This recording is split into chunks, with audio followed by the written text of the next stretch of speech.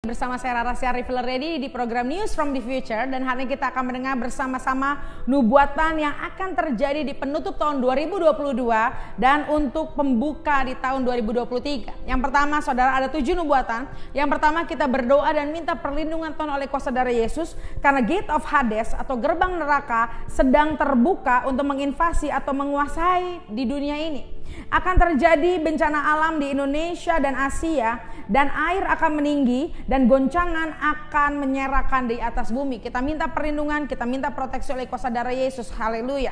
Yang kedua, saudara, ada pemotongan jalur hidup. Roh kecelakaan akan dilepaskan secara masif dan massal. Ada kematian mendadak akan menjadi penghias berita di akhir tahun ini, dan kita kebas dalam nama Yesus. Kita minta diluputkan, kita minta perlindungan sempurna atas hidup kita dan seluruh keluarga kita, sehingga tidak ada kematian yang bisa menyentuh hidup kita dan keluarga kita di dalam nama Yesus. Yang ketiga, saya mendengar kata kembali.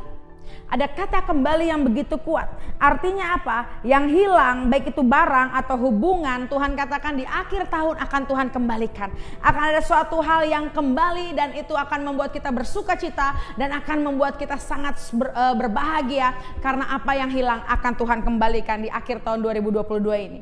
Yang keempat, Tuhan katakan pesawat-pesawat ekonomi yang biasanya to the moon, yang biasanya naik, yang biasanya sukses, dan akan hari-hari ini di akhir tahun akan menukik dan akan jatuh, khususnya di pasar saham. Hati-hati saudara, ikat pinggangmu dan jangan miliki investasi yang terlalu besar di pasar saham atau bidang ekonomi yang non real. So hati-hati saudara, karena akan ada permainan dalam pasar saham yang membuat orang-orang nanti akan mengalami kerugian.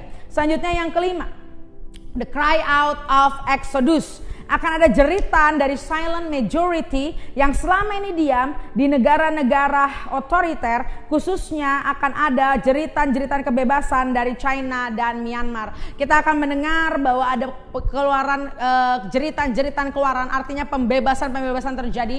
Yang tadinya berdiam, yang tadinya silent, akan ada suara yang keluar, yang bangkit, dan itu akan membawa suatu perubahan dan suatu kegerakan khususnya di negara-negara otoriter. Oh haleluya. Yang keenam, Tuhan katakan di belahan dunia barat akan ada api dan sabotase, di mana sabotase itu terjadi di lahan dan menggunakan kebakaran. Saudara, hati-hati, di belahan dunia barat akan ada sabotase dan berbentuk kebakaran, di mana kebakaran itu akan menjadi salah satu politik yang dijalankan juga mengenai tentang pemanasan global. Tapi ternyata itu adalah bentuk sabotase, itu adalah bentuk daripada perebutan lahan yang harus kita waspadai dan kita lihat yang terjadi di dunia barat. Dan yang terakhir, yang ketujuh, Tuhan katakan the rising of the Antichrist. Tuhan katakan be careful karena kebangkitan Antikristus akan semakin dinyatakan.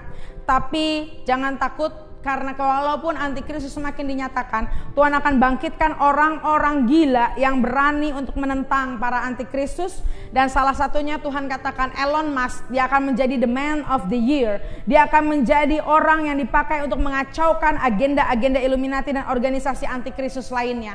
Kita lihat bahwa selain Elon Musk, Tuhan akan bangkitkan orang-orang yang radikal, orang-orang yang gak takut, orang-orang yang berani, dan dia akan menggagalkan dan mengacaukan agenda-agenda daripada si jahat di akhir zaman ini. Amin saudara. Oleh karena itu kita sudah mendengar 7 nubuatan di akhir 2022 ini menjelang masuk 2023. Waspada, berjaga-jaga, dan jangan lengah.